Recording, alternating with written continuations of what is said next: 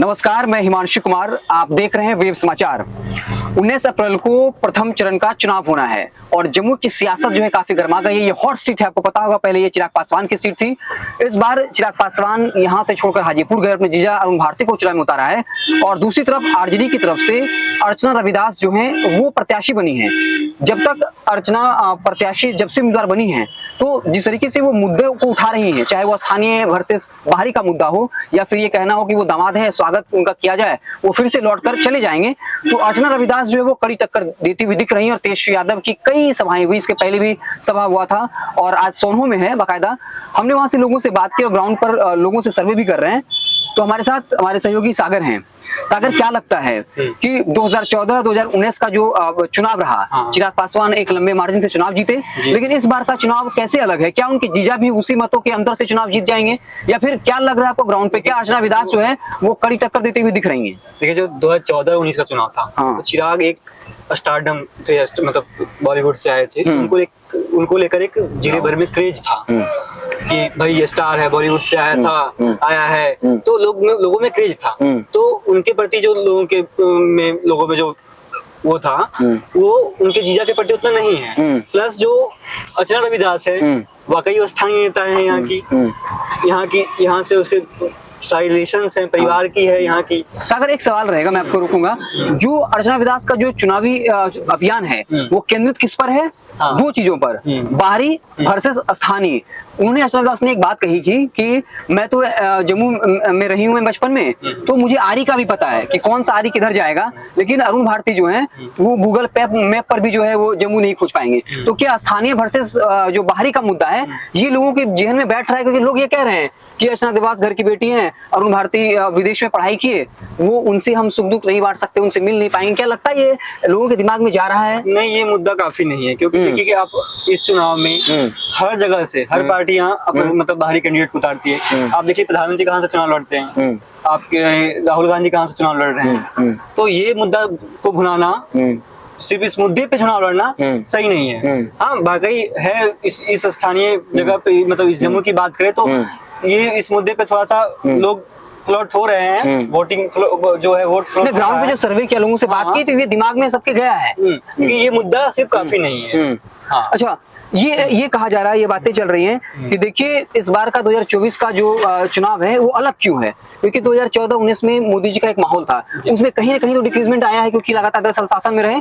दूसरी बात, पिछली बार क्या हुआ था, चाहे 2014 हो या उसके पहले हो, भूदेव चौधरी को टिकट मिल रहा था।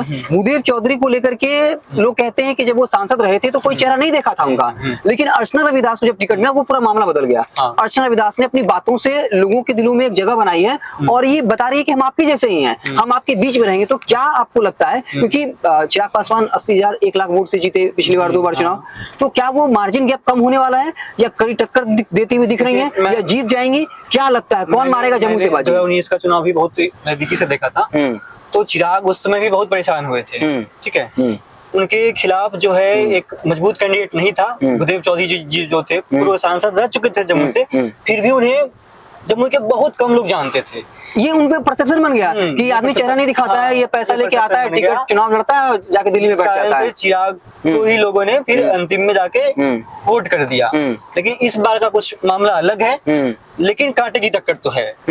लेकिन कांटे की आप एक तरफा नहीं कह सकते, एक तरफा नहीं कह सकते कि पूरा अर्चना रविदास के लिए मैदान साफ है, ऐसा कुछ भी नहीं। या फिर चिराग अरुण भारती के लिए मैदान साफ है, क्योंकि एनडीए के नेता ये कह रहे हैं इस बार रामविलास पासवान जितना से चुनाव जीते थे उससे बड़ी जीत होगी। वो तो यहाँ संभव ही नहीं है, क्योंकि देखिए अब दोनों जो 2014 और 2019 का जो चुनाव है, 85,000 मार्जिन से जीतते हैं पहले चिराग, फिर 1 लाख का पार होता है मार्जिन, और दोनों बार सेकंड पोजीशन पे आरजेडी रहती है। तो आरजेडी इस बार ऐसा तो नहीं होगा पूरा जो है। और दूसरी बात, चिराग पासवान यहाँ चुनाव लड़ भी नहीं रहे हैं, उड़ जाएगी। और 5 लाख वोट से उनका रिकॉर्ड है रामविलास पासवान का। राजनीतिक बयानबाजी। 5 लाख वोट से उन्होंने जीत की थी। ये असंभव है। ये सिर्फ मतलब एक कह सकते हैं माहौल बनाने के लिए, मतलब एक मतलब सतही बयान है ये। इस बयान में कोई मतलब ये नहीं है। तो क्या जम्मू लोकसभा को लेकर आपका सर्वे क्या कहता है, आपका दिमाग क्या कहता है? जम्मू कौन मारेगा यहाँ से बाजी? अभी तक जो है दोनों की जो टक्कर है बराबरी की दिख रही है।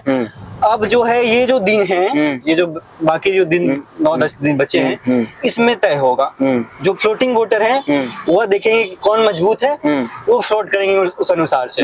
तो ये 10 दिन जो जिस तरीके से मेहनत करेगा वो मेहनत रंग लाने वाली है। क्या तेजस्वी यादव लगातार यहाँ पे सोनो में आए, कई और रैलियां होने वाली हैं, तो क्या वो इम्पैक्ट करेगा? तेजस्वी यादव जो बार बार ये कह रहे हैं कि हमने 17 महीने में वो काम की, जो 17 साल में काम नहीं हुआ, नौकरी रोजगार का मसला था, क्या नौकरी रोजगार के मसले पे तेजस्वी यादव कन्विंस कर पाएंगे यहाँ के वोटरों को? जी बिल्कुल। आप देखिए ना कि एक डिप्टी सीएम एक संसदीय क्षेत्र में 5 रैली कर रहे हैं, जम्मू कर रहे हैं, फिर सोना, फिर झाझा, ऐसे करके, तो ये तो बहुत इम्पैक्ट डालेगा ही डालेगा।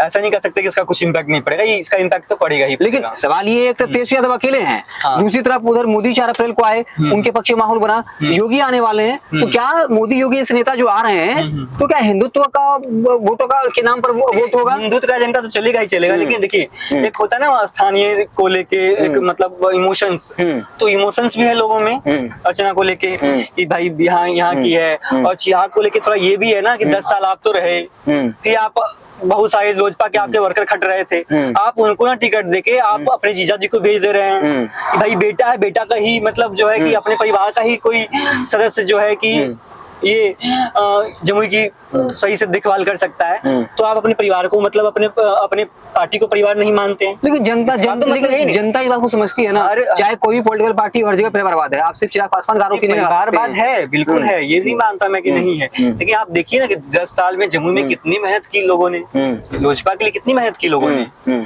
आप ऐसा करते हैं, उनके कार्यकर्ताओं में क्या कहीं नाराजगी है? बिल्कुल होगी, खुल के कोई सपोर्ट नहीं, मतलब अभी खुल के कोई विरोध नहीं कर पा रहा है, लेकिन नाराजगी तो है। देखिए हमारी बातचीत का लबोलुआब यही है, आप इस समीकरण को सीधे तौर पर समझिए। 2014-19 में चिराग पासवान जीतते हैं, 85,000 1 लाख वोट का अंतर होता है, सेकंड स्थान पोजीशन पे रहती है आरजेडी।